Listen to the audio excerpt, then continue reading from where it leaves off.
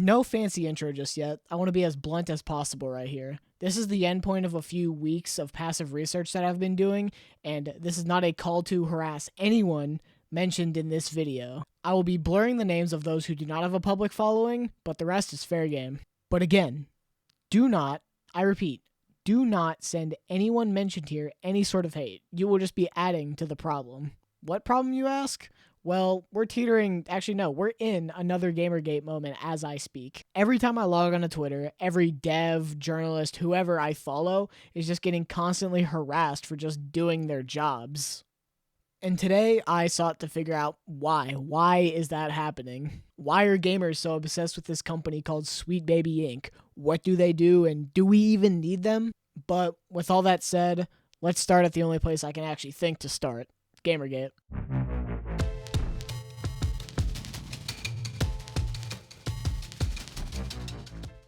For those who are unaware, GamerGate originally started around 2012, and it's described on Wikipedia as, quote, a loosely organized, misogynistic online harassment campaign and a right-wing backlash against feminism, diversity, and progressivism in video game culture.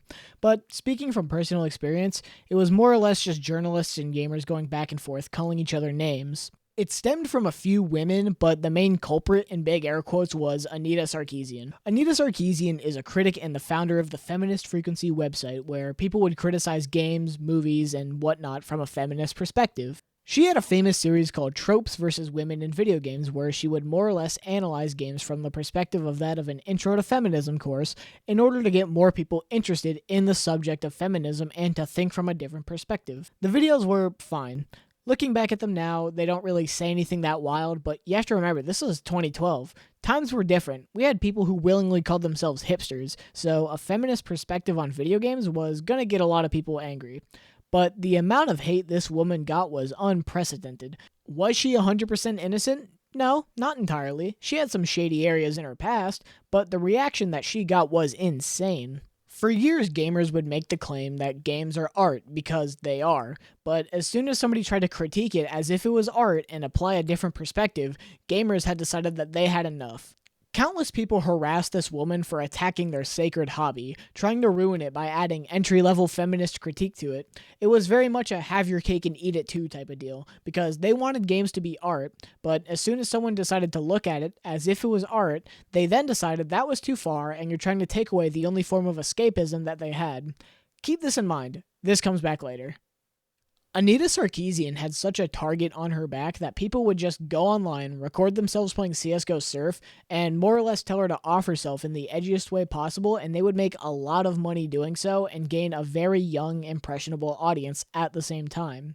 The fact that these commentary channels were able to speak with such clarity while talking out of their asses allowed a dumb snot-nosed child like myself, who couldn't fathom doing any research, to swiftly be brought over to the side of the gamers, because I liked video games. I didn't want any SJWs to ruin gaming for me, but they didn't, and after a couple years, it had seemingly gone out of general dialogue.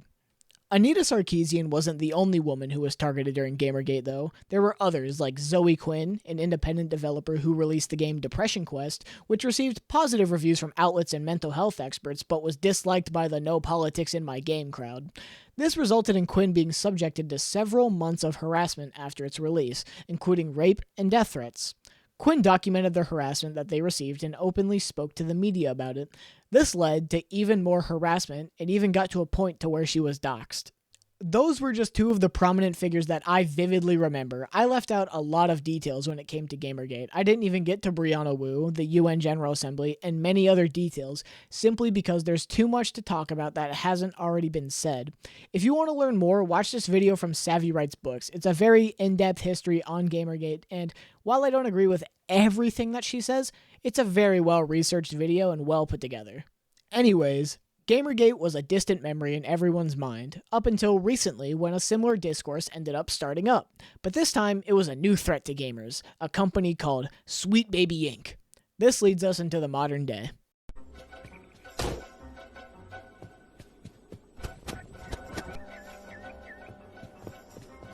The question on everyone's mind, what is Sweet Baby Inc?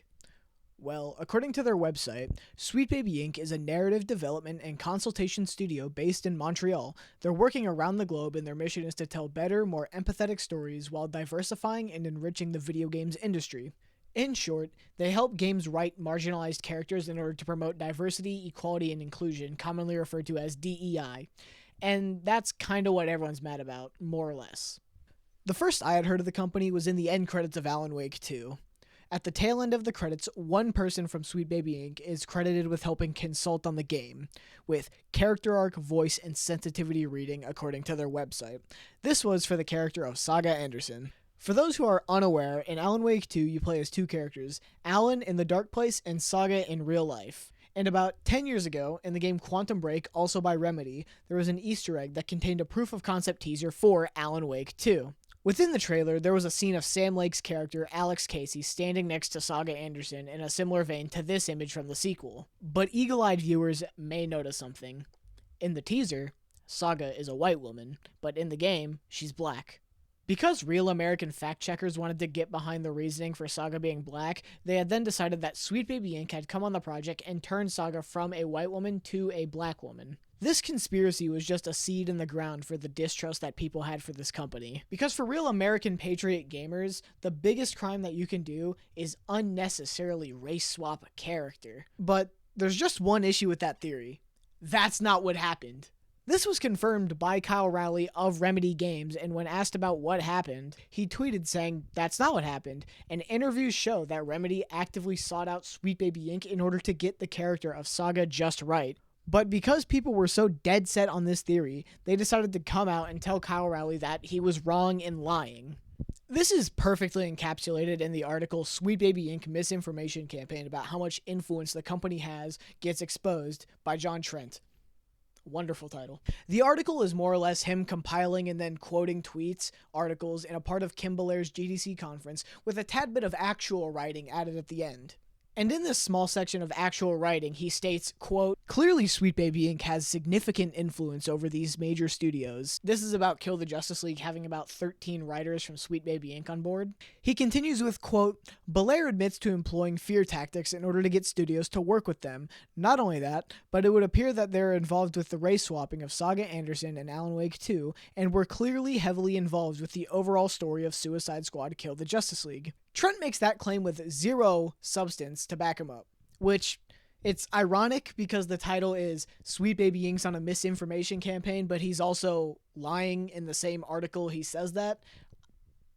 Aside from the baseless claims that the article makes, such as Sweet Baby Inc. being heavily involved with the story of Suicide Squad Kill the Justice League, which Rocksteady writers themselves have said to be untrue, the article also forgets to ask the important question, why was Saga race swapped? It's because she's related to Mr. Door. While it's not explicitly stated in the game, it's heavily implied that Saga has some sort of connection to Mr. Door, and I can tell you, it makes more sense for Mr. Door's daughter to be black than white. The entire idea of Saga being race-swapped was made by people who did not play the game, nor do they care about the game. They want something to be mad at. Because for some odd reason, whenever you ask the question of why does it matter, you never get a real answer, because there is no real answer. But how does this come back to Sweet Baby? Well, they were brought on to help with the character of Saga Anderson because Remedy wanted to take a new approach with the character, so that's where Sweet Baby Inc. comes in, to assist with writing the character. Not because there's some ulterior motive to turn all your favorite characters into black women. That didn't stop people from trying to make the claim, though, especially when it comes to a line towards the end of the game. At the end of the game, Saga refers to Alan as, quote, another white asshole, and just like every out-of-context screen grab, they conveniently forget the context to why she is saying that. During this section of the game, Saga is stuck in her mind place. She's being corrupted by evil thoughts. She's not actually saying what she means, so when she says Alan is just another white asshole, that's not her speaking. That's the darkness. You know, like Mr. Scratch to Alan Wake. This was the first time I noticed Sweet Baby Inc. being blamed for something that was blown so dramatically out of proportion, but it's not the only example. I'm not going to go on a game-by-game basis and debunk their involvement. Just as a reference, they've worked on God of War Ragnarok, Spider-Man 2, Suicide Squad Kill the Justice League, Assassin's Creed Valhalla, Gotham Knights, and various indie games listed on their website. But I specifically chose to go with Alan Wake 2 because it was a pretty popular game and it didn't have a huge woke controversy, but then you had people like Heels vs. Babyface come out and try and blame Sweet Baby Inc. for turning the character of Saga Anderson black. But Sweet Baby Inc.'s continued involvement in games was only the tip of the iceberg, right? In late February, we were introduced to The List. In late February, a Steam curator list was created called Sweet Baby Inc. Detected. The purpose of this Steam curator group was to inform people about which games Sweet Baby Inc. had worked on, similar in concept to the De Novo Detected Steam group. The list itself isn't inherently anti-consumer. It's not pushing a specific hate agenda on the surface, because the list uses publicly available information, so there's nothing inherently wrong with the Steam group on the surface. If you go to the community page on Steam right now, I can almost guarantee you will find a clan meeting in the comments. A lot of the people within this group, granted, not all of them, but a lot of them are just very hateful individuals coming together to target who they don't like, which happens to be Sweet Baby Inc. employees and queer and black individuals. I want to use this as a segue to talk about Twitter real quick, everyone's favorite website. Specifically, let's talk about Chris Kindred for a moment. The list went relatively unnoticed for a few days. That was until Chris Kindred of Sweet Baby Inc. made a tweet calling out the list and their hateful activities. Kindred even provided proof that the group had changed the vocabulary it used in its language to avoid the Steam automatic ban system. Kindred ended the thread with a call to action to not only report the curator group, but the person making the group itself. So, this caused a Streisand effect, where everyone now knew about the Steam group, so they joined it, and then they reported Chris Kindred's Twitter account, getting them suspended. Kindred then moved to Blue Sky to continue talking about what was happening, and this got people even more mad, and this resulted in a never-ending loop of people saying, Sweet Baby did this, Sweet Baby did that, when it would just be one employee saying this stuff. The last thing I've noticed from Chris Kindred on Twitter was on March 7th, when they tweeted, quote, Toriyama gave us some of the best and worst black characters in anime in the same series. It took range to do that. That tweet came out on March 7th, about a day after it was revealed to the public that Akira Toriyama, the beloved creator of Dragon Ball, had died. A lot of people took issue with this tweet, not because Chris Kindred is wrong, well, in some people's eyes they are, but because of the rather insensitive timing of the tweet. It was a tweet made to get people mad, to get people talking, but it just backfired and had people exclusively mad at Kindred, saying, Sweet Baby Inc. doesn't care about Akira Toriyama, which is not true. It was an insensitive tweet made at a wrong time by one person. Speaking of insensitive comments, if I don't mention it now, I'm never going to mention it and people are going to get mad at me. Lego Butts. Let's talk about them for a moment. Lego Butts has made a lot of downright horrible tweets from 2009 to 2011. Some are kind of whatever, but there's a lot that are just really bad. Some are old, some are new. Does that excuse it? No, but people can change, because the earliest tweet people have found is from 2009. That is a long time ago.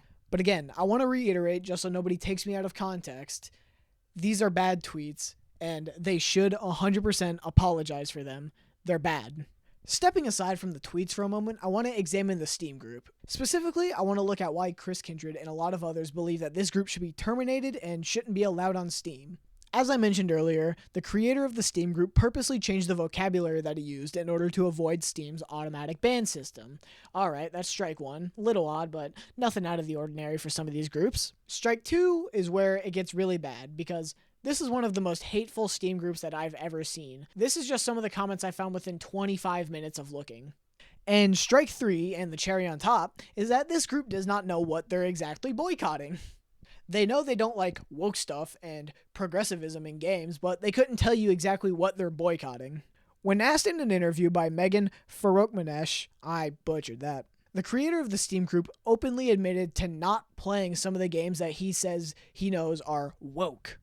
The author states, quote, The man who claims to have started Sweet Baby Inc. Detected says his interest in the company began with God of War Ragnarok, a game he admits to have never played, where he, quote, noticed things were different and wondered, why is the game like this?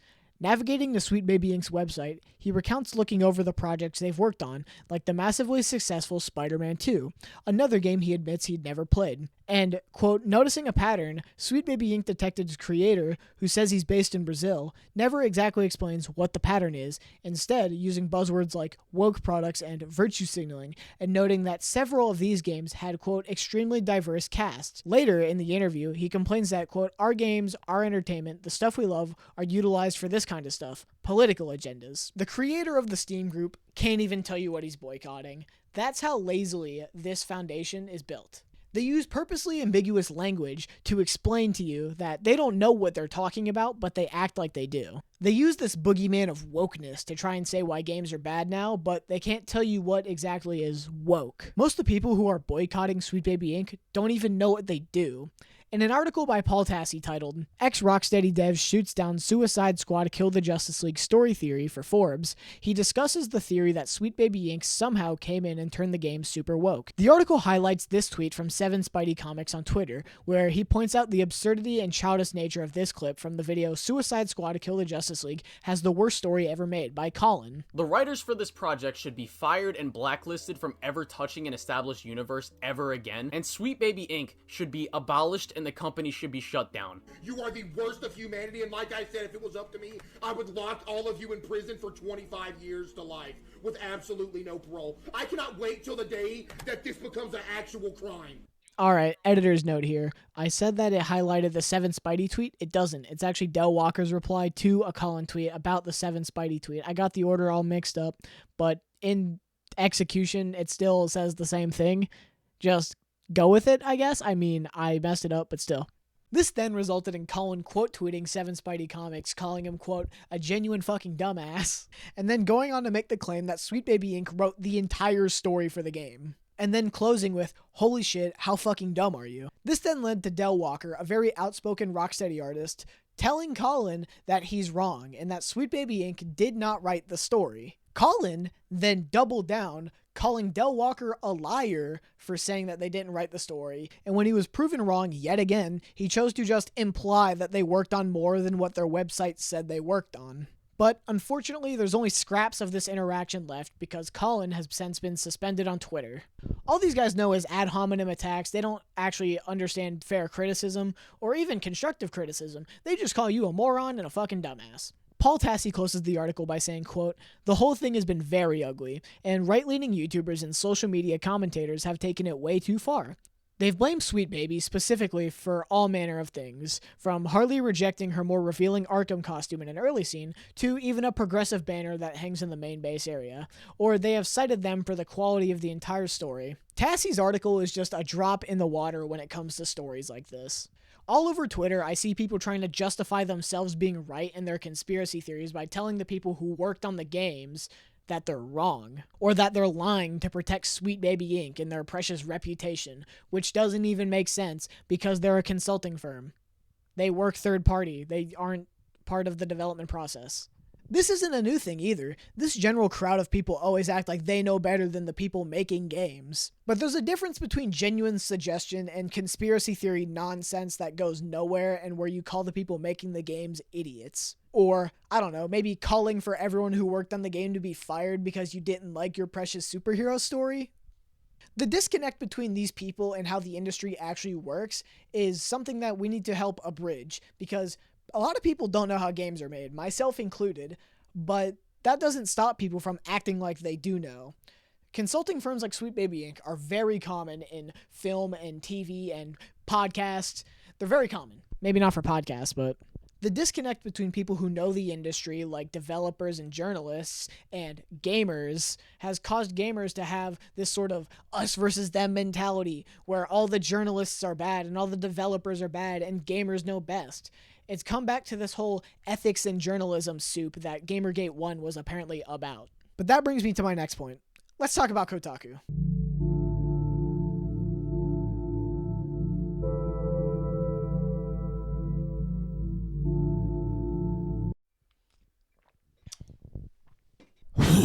On March 6, 2023, Alyssa Mercante published the article, Sweet Baby Inc. doesn't do what some gamers thinks it does, for Kotaku. Within the article, she documents not only what Sweet Baby Inc. does, how we got to this point, and her experience within the Sweet Baby Inc. Detected Discord server. I'll get back to that in a minute. Within the article, she writes, quote, 2 members that spoke with me via Discord DM shared similar sentiments about why they believe the Steam page and subsequent Discord are important, so that they can identify games that were developed with support of Sweet Baby Inc. and make an informed decision when purchasing them. This next part always gets me. Mercante writes, quote, Sweet Baby Inc. is a symptom of other ideological worldviews that I believe have taken hold of the Western world, media, and gaming as a whole, a 31-year-old member of the Discord told me.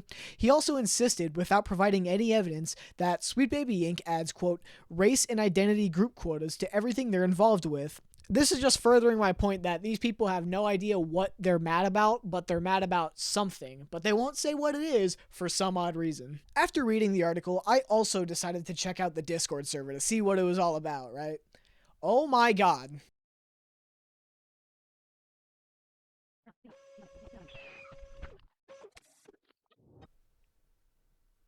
At this point, Alyssa Mercante had already made her rounds in the Discord server, so now they were on Glowy Watch. For those who are uninformed, like myself a week ago, Glowy Watch is basically short for feds or journalists, and because of this, people were also on burner accounts trying to make the server look bad.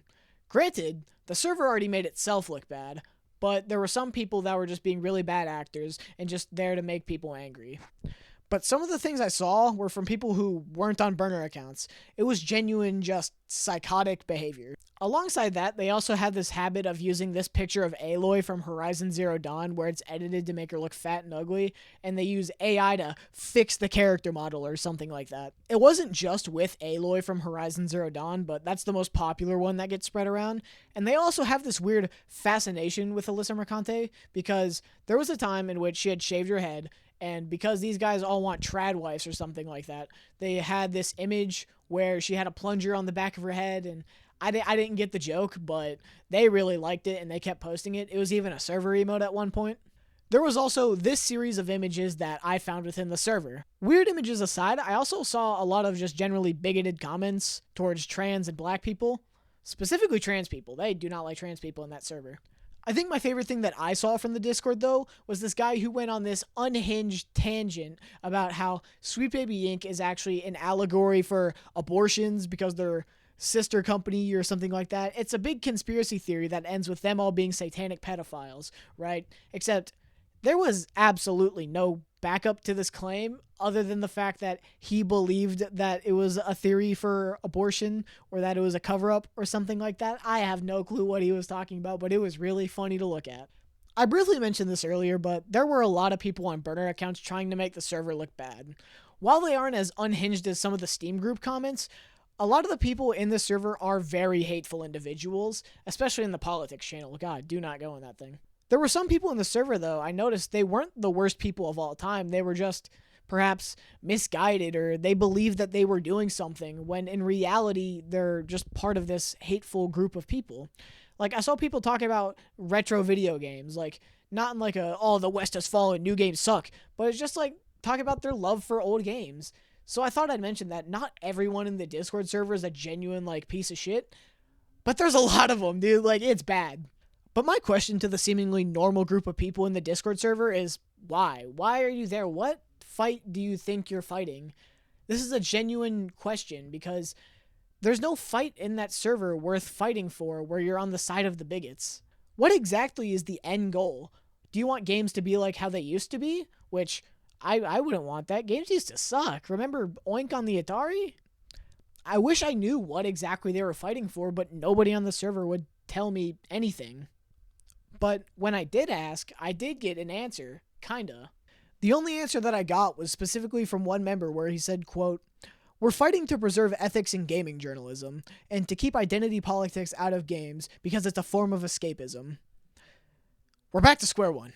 It's not very well defined, but from what I've gathered, it's just people wanting to protect the precious eyes of gamers, getting rid of any progressivism, any identity politics, any left-wing ideologies in gaming and gaming reviews. They want gaming journalism to be as objective as possible, but there's a problem with that. The issue lies in the idea that you can get rid of the bias when writing. Even a subtle shift in vocabulary from saying this game is great to this game is pretty good can change how people think about a game. Real objective gaming journalism is when you see a PC Gamer article that says, this is a Steam sale that's going on, and you're like, okay, there's a Steam sale going on. People don't get mad at those types of articles. They get mad at reviews, think pieces, and opinion pieces. Many like to act that reviews should be objective as possible, and as a reviewer, you should strive for objectivity in some parts. If I fail to mention that a game runs horribly no matter what as an objective flaw to the game, then I'm failing as a reviewer.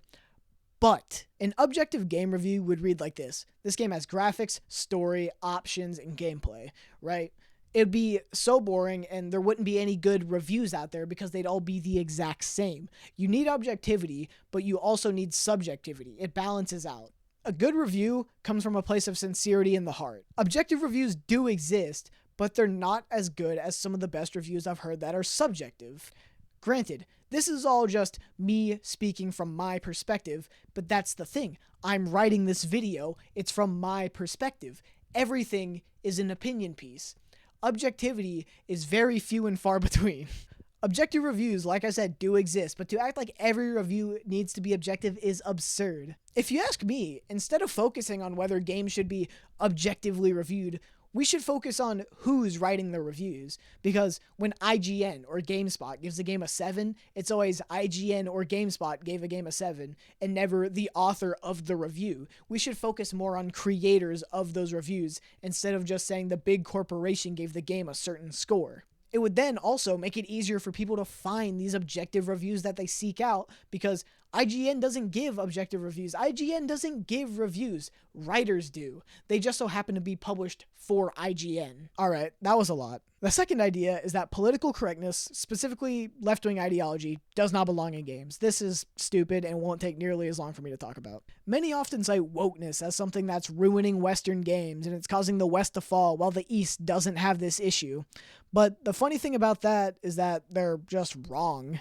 They act like woke games are something that's new, something that's only coming up with the rise of identity politics or whatever they want to phrase it as, but it's just not true. My voice is going. But the issue is that they don't know what wokeness is, they just know they don't like it. This image makes the rounds on Twitter every now and again. It's the list of conservative core video games. A lot of people make fun of it because it just goes to show that wokeness just derives from, is the character a marginalized person, and does the game talk about if they're marginalized or not? In short, does the game have progressive characters or progressive ideas? But if you notice from the image I put on screen, a lot of the games mentioned are very left-leaning games or games with left-leaning ideas in general. Just a few examples. Fallout famously makes fun of conservatives a lot of the time because it's those ideas that more or less cause the nukes to drop. Silent Hill 3 is a pro-choice game, since the idea of abortion is front and center, and it's also about the evil that some religious figures are capable of. BioShock is about making fun of Atlas Shrugged and objectivism, and showing how the ideas presented in that book would fail if used in the real world. Metal Gear Rising also makes fun of conservatives, with characters like Senator Armstrong. Are you starting to notice a pattern? The list of conservative core games voted in by conservatives is games making fun of them that they don't realize is making fun of them. But how does this relate to my original point? Well, my point with that side tangent was that people who claim that games shouldn't have political ideas are just being almost purposely ignorant. They don't care about the idea that games are escapism. They just don't want their ideas challenged by a piece of art. The idea of games being pure escapism goes against the idea that games are art. Even the most dumb fun games have some sort of message, and if you want a game to be escapism, you're stripping it of that message. But the second you start talking about politics in games as artistic expression, this allows a lot of people who do not care to come in and make a quick buck by acting as confirmation bias. That leads us into the fun part. Alright, so if the rest of the video hasn't already gotten me in trouble, this part definitely is. I want to use this part to talk about the fact that creators are using this situation to make it an us versus them, to make gamers angry and harass the people who are making games or writing articles, or just generally spreading hate for a quick buck. The first group of individuals I would like to take a look at is r/Kotaku in action. They spend their days reporting on what's woke in modern gaming. They're like the evil r/gaming circle jerk.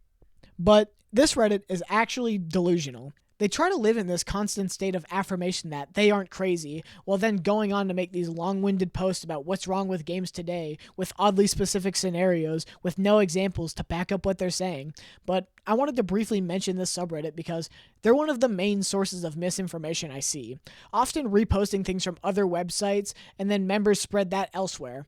I remember somebody sent me a link to this Reddit with supposed proof about something I asked about Sweet Baby Inc., and that's how I even figured out they existed. Believe it or not, the link he sent me did not contain proof to what I asked for, But I did come to a discovery, which is my second reason. This is such a vile place. The members of the Reddit love to act like they're the victims of the Great Machine. What I mean is that if you do so much as reply to a comment in the thread, you will be banned in other Reddits, such as r/naturalhair, off my chest, rape, and a few others, because nobody likes interacting with these people because they know how toxic it is. It's gotten so bad that they've had to ban any mention of trans people due to a fear of being nuked off the platform.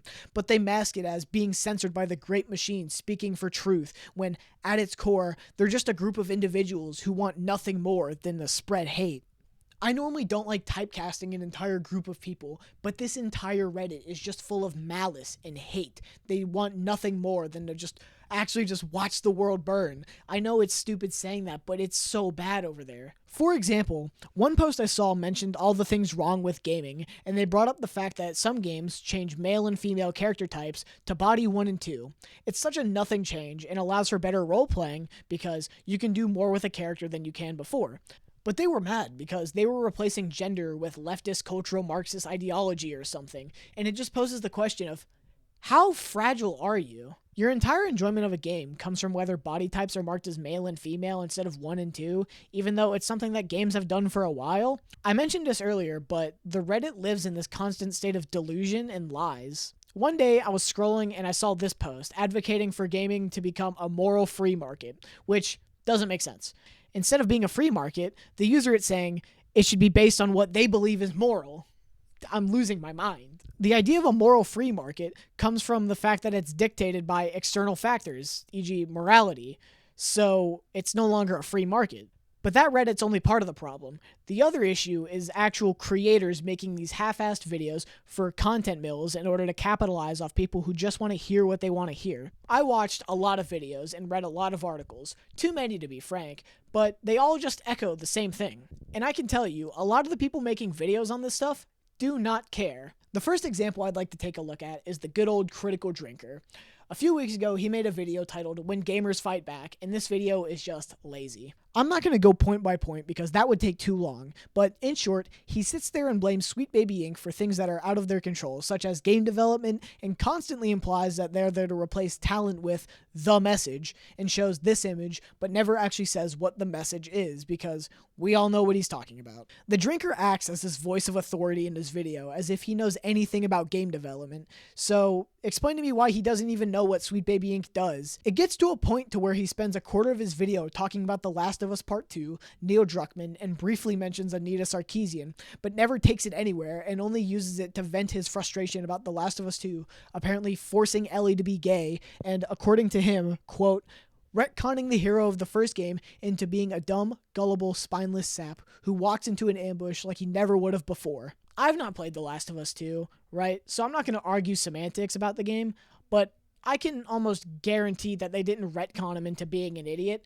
and from what I've seen and what I've heard from people who have played the game, he makes a human mistake, because that's common in apocalyptic media. And also, the thing about Ellie being gay, the game forcing her to be gay, she was gay in the first one, I know that for a fact, so it only makes sense for her to be gay in the sequel. I don't know why he's so hung up on that. She's fictional. It does not matter. That entire idea of Ellie being forced to be gay goes off the assumption that gender and sexuality and race need a reason to be in the story, which is stupid. She's gay because she is. That's how she was written. It does not matter. My point to that tangent was that the drinker gets mad at the basic plot devices of a game where Sweet Baby Inc. isn't even involved to rile up all the gamers in his audience into believing he knows what he's talking about when it comes to Sweet Baby Inc. Also, why is his footage like this? Why did he steal somebody else's video in the lowest possible resolution, then crop it a weird way to not credit them? You're not tricking anyone. We know this isn't your footage. Why try to hide the fact that it's not? Anyways, that's just one small puddle in a sea of shit, right? His video is short and gets to the point. Granted, the point is bad, but he gets to the point. Next person I want to talk about, however, is It's a Gundam. Specifically, I want to talk about his video, Sweet Baby Inc., The Milk's Gone Bad, the GamerGate 2 Chronicles. He's already made 4 videos up to this point, but this one specifically is just lazy, but in a different way. In the video, he more or less just reads a bunch of tweets and reads a bunch of articles about the situation and adds 15 seconds of opinions before going to the next one. If that sounds familiar, it's because John Trent from the Park Place did the exact same thing, and I mentioned him earlier. But there's a few moments in the video that are actually baffling to me. Within the first 5 minutes, he talks about the GDC conference of Kim Belair, but he calls it CGC. He doesn't go back and correct it, and to this day, the video is still up like that with such an obvious mistake that he can't be bothered to correct because the mill keeps on churning. Then, not even 4 minutes later in the same video, he says he watched Kim Belair's GDC conference, but he skipped the rest of it after she went on her trademark rant about Catcher in the Rye. The panel's about 40 minutes long. I've watched it all. It's nothing bad. It's a GDC conference. But he couldn't even be bothered to watch the rest of the video because he got bored, upset, whatever you want to call it, I don't know. But eventually, he does show a clip from later on in the conference, and believe it or not, it's another clip that people are just taking out of context. In the clip, Kim Belair's talking about how she gets people to work with Sweet Baby Yink. She says she'll take the team to marketing and she'll tell them what will happen if they don't work with them. And people are taking this as, oh, she's going to get cancel culture on you guys. But that's not what she's saying. She's taking them to marketing to show them what could happen, that they would get canceled naturally for having such racist or stereotypical depictions of characters. Within the same GDC conference, she even says that one game she worked on had a French character that wore a striped shirt and had a big mustache, like a stereotypical French character. She was involved with the game and came up with the idea of making the French character black. 1, to avoid the stereotypes, and 2, because France is another melting pot culture, so there's a lot of black people in France. It makes sense. But the people said that there's enough black people in the game as is. So what she was saying to the marketing team is that this is what will happen if you don't work with us. It's just marketing scare talk. That's how marketing works. But people are taking this out of context as if she's personally threatening to cancel the CEO of the companies. But the rest of the video is just him doing his shtick of just reading tweets, reading articles, and then his 15 seconds of opinions afterwards. But the end of the video specifically made me mad almost, because he says small channels just churn out daily tweet updates, big channels just give cliff notes of whatever's going on, and he's in the middle trying to maintain his integrity. That really made me mad, because you're not maintaining any integrity. You get basic information wrong that you can't be bothered to correct. They're two easily identifiable and easily correctable mistakes, but because the content mill keeps churning, you have to just go. You can't be bothered to correct it, and it just made me mad because that's not integrity, that's greed. The reason I chose to specifically talk about Gundam and Drinker was because when I was a kid, I used to watch them. As the dumbass 11, 12, 13-year-old, I don't know how old I was, that couldn't do research, I got my opinions from YouTubers like that, and they've been making the same dangerous alt-right content for years. They're not saying anything particularly evil, but it takes you down an evil path. So I just think it's a shame that they're making the same hateful content that they did so many years ago, because it makes them a lot of money. There's no point of changing. It makes them money. It's greed, but it's disgusting. I'm not calling them grifters because I'm sure they believe they're fighting the good fight against the woke agenda or something, but you get to a point to where you realize that they've been making the same content for 7 years or so. I watched them when I was younger, and I guarantee a lot of the people who watch them now are also younger. It's just a never-ending loop. I watched a good chunk of videos, read a lot of articles, and read a lot of tweets when researching this video, right? But nobody has quite stuck out to me like one Mark Kern. Commonly known as Grums on Twitter, Mark Kern goes and spends his days talking about how games are woke now or something like that. He was a Blizzard developer, but then decided to move on to Red 5 Studios. Kern then went on to spend $3 million on the famous Firefall bus. He was then let go of CEO. He has not done anything notable since, except talk about woke shit on Twitter. Just like Drinker, and just like Gundam, he spreads what people want to hear, with no regard to the information that was left out because he was on the front lines during GamerGate 1. He can't be wrong. People need him in the squeakquel. My reason for spending so much time on those people was because the crux of the first GamerGate, and a huge part of this one, was that we need more journalistic integrity, whatever that means. But the thing is that it's a one-way street for them. They want journalists to have all the integrity, but they also act as journalists, but they don't want to admit that, so they don't have to act at the same rules of journalism. I'm not saying that they should have to abide by all print standards, because that would be absurd for Twitter. But The fact that these people don't even cite what sources they use, or they steal content for their 1.2 million view video and don't even credit the person they stole from, it's insane. This isn't a part where I go on an H-Bomber guy rant about how plagiarism's bad. Everyone's guilty of it. I'm not saying that they need to change. I'm not saying Moist Critical needs to cite his sources for Twitter videos he uses. But when you steal content for your 1.2 million view video, probably more than after I'm recording, you should probably credit the guy you stole from and record it in a higher resolution too. Or how about when you act as a reporter or a news channel where you talk about current events, but you can't be bothered to correct yourself when you say GDC wrong, or say you skipped the conference, the same GDC conference you're talking about, because it was boring and woke and it made you upset. Contrary to what they would have you believe, Grums, Drinker, Gundam, they're all journalists. No matter what they say, they're journalists. Creators are journalists because they report on new information as it happens. That's journalism, just without the technicality of having to abide by print standards. More often than not, creators sway public opinion on a game, movie, artwork, stuff like that. So why shouldn't they be held responsible for the stuff that they say? Like I mentioned, Critical doesn't have to cite his sources when he watches a Twitter video, but the sheer laziness that comes out of these people, but the amount of money they make for doing so is gross. There's going to be someone in the comments saying it's not that serious, but I disagree, because it is that serious. People have been doxxed. People have to go into hiding. They have to hide their public lives. They have to get off Twitter because people spread these words about these people that are involved, and then they get sent so much hate. It's the same thing that happened with Anita Sarkeesian. It's happening again. Are these people always innocent? No. Do they deserve to be doxxed? No. I'm sure you can see a difference from me in the start of the video to me now. I'm deranged. I've been talking about this for way too long. My voice is gone. My eyes are sore. This is insane. This is insanity. But that's just the world we live in. We don't get happy endings because why would we? I'd rather dox somebody because it's funny. But it only brings me to ask the question. This video lost focus fast. It was supposed to be about the misinformation surrounding a studio that quickly devolved into whatever the hell the video turned out to be. But I just want to reassess and go back to one of the first questions I asked. Do we need Sweet Baby Inc.? I would say that we do. Maybe not Sweet Baby specifically, but we need a company like Sweet Baby Inc. Seeing pushback for diversity in games is proof that we needed something to come in and get people riled up like this. Are the people involved always the greatest? No, nobody is. But even with the questionable tweets of employees, does that make the entire company mission void? No. I think it's something that's good for the industry.